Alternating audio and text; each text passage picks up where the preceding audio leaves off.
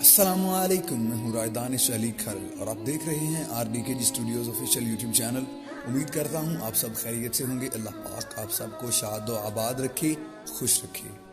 آج کی جو ہماری سنہرے حروف سے جلی ہوئی عبارت ہے، اس کا عنوان ہے درس نظامی اور ہمارا معاشرہ۔ آج میں بازار میں جوتا خریدنے گیا، دکان میں داخل ہوا تو مردانہ ورائٹی کی جانب ایک خوبصورت چہرہ، سفید ٹوپی، سنت سے سجی داڑھی اور سفید لباس میں ملبوس انسان نے خوش آمدید کہا۔ آپ کا نام کیا ہے؟ میں نے ان سے پوچھا۔ میرا نام ریحان ہے۔ آپ کی تعلیم؟ دینی درس نظامی، فضیلت اور دینی تعلیم BA تک۔ کتنا عرصہ ہوا یہاں کام کرتے ہوئے؟ 2 ماہ ہونے کو ہیں۔ آپ کو کوئی اور کام نہیں ملا؟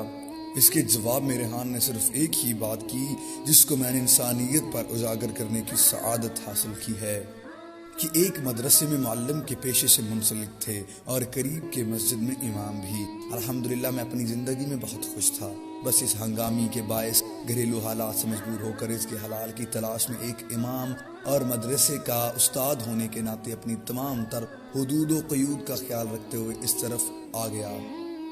ماہانہ 17,000 روپے، روزانہ کا 100 روپیہ اور کمیشن الگ ہے۔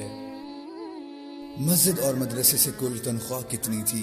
امام نے افسردگی کے عالم میں بتایا 8,000۔